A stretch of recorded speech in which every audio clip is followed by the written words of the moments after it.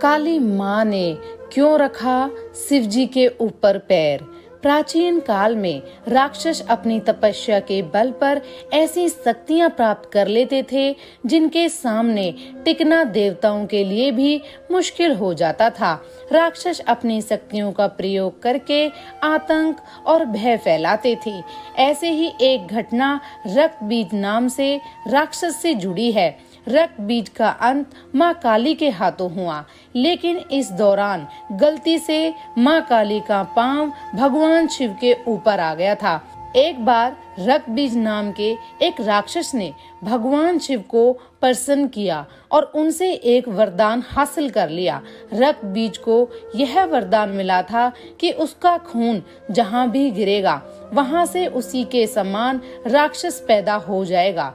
रक्त बीज को अपने इस गुण पर बहुत अभिमान था, इसलिए उसने अपनी शक्तियों का गलत इस्तेमाल करना शुरू कर दिया।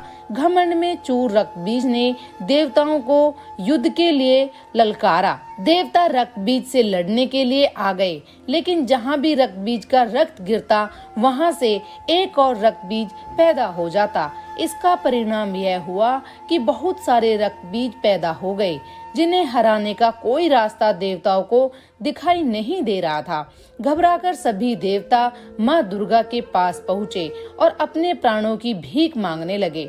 माँ दुर्गा ने रक्त बीज के वध के लिए काली का रूप धारण कर लिया।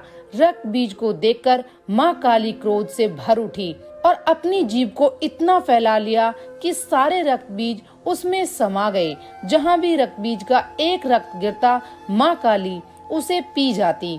रक्त बीज को समाप्त करते हुए माँ इतनी क्रोधित हो गईं कि उनको शांत करना मुश्किल हो गया। काली माँ का यह रूप विनाशकारी हो सकता था, इसलिए सभी देवता भगवान शिव के पास पहुँचे और बोले कि आप ही माँ का क्रोध शांत कर सकते हैं। माँ काली के क्रोध को शांत करना भगवान शिव के लिए भी आसान नहीं था, इसलिए भगवान शिव काली माँ के मार्ग में लेट गए।